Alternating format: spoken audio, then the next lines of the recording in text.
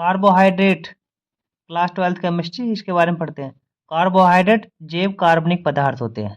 Carbohydrate carbon, hydrogen और oxygen से मिलकर बने होते हैं। शरीर को ऊर्जा कार्बोहाइड्रेट से प्राप्त होती है, कार्बोहाइड्रेट कहलाते हैं।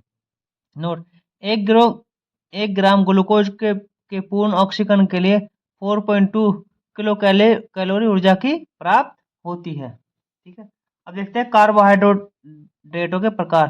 कार्बोहाइड्रेट 3 प्रकार के होते हैं। नंबर 1 मोनोसैकेराइड, ओलिगोसैकेराइड और पॉलीसैकेराइड। ओलिगोसैकेराइड हमारे 3 प्रकार के होते हैं, डाइसैकेराइड, ट्राइसैकेराइड और टेट्रासैकेराइड। अब तीनों के बारे में करके पढ़ते हैं। फर्स्ट मोनोसैकेराइड, ये सरल कार्बोहाइड्रेट होते हैं जिनके अणु में 2 से 10 तक कार्बन होते हैं। ठीक है, ये छोटे अणुओं को जल में अपघटित नहीं होते।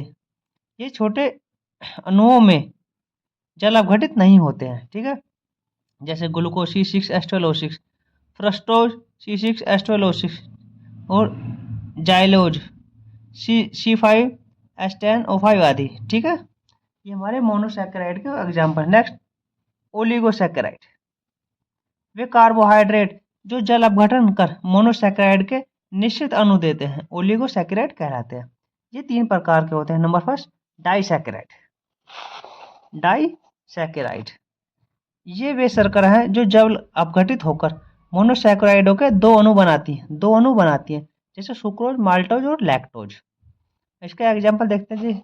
एग्जाम्पल C12H22O11 ये डाइसैकेराइड है, जल अपघटन कराते हैं तो हमें मोनोसैकेराइड के 2 अणु प्राप्त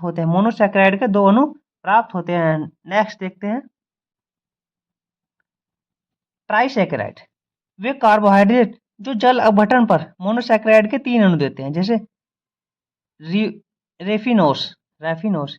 इसका एग्जाम्पल देखते हैं C18H22O6 प्लस जल अपघटन कराते हैं तो मोनोसैकेराइड के 3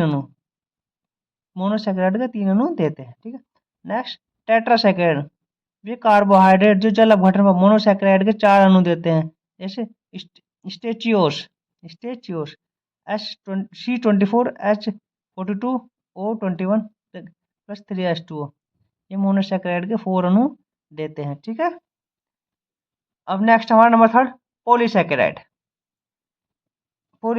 ये अधिक अणुभार वाली अशर्करा होती हैं जो जलघटित होकर मोनोसैकेराइडों के बहुत अधिक अणु बनाती है, जैसे स्टार्च, सेलुलोज, डेक्सट्रीन इत्यादि।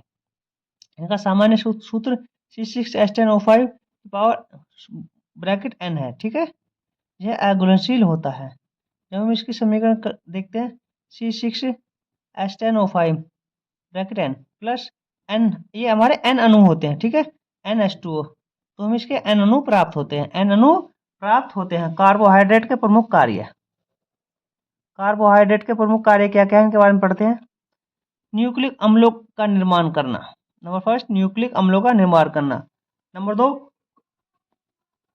कार्बोहाइड्रेट को देह या शरीर का ईंधन भी कहते हैं, क्योंकि यह जीवों एवं मनुष्य के जीवन के लिए आवश्यक होते हैं।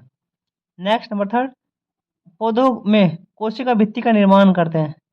नेक्स्ट नंबर 4 विटामिन C का निर्माण करते हैं। नंबर 5 जीव जंतुओं के बाह्य कंकाल का निर्माण करते हैं।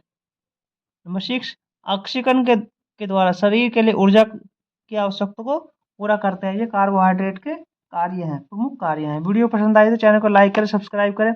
अगर कोई मिस्टेक हो या कोई गलती हो तो हम इसमें सुधार करेंगे। नेक्स्ट वीडियो में आप कमेंट कर सकते हैं, एक प्यारा सा कमेंट कर सकते हैं। चैनल को लाइक और सब्सक्राइब करें। धन्यवाद।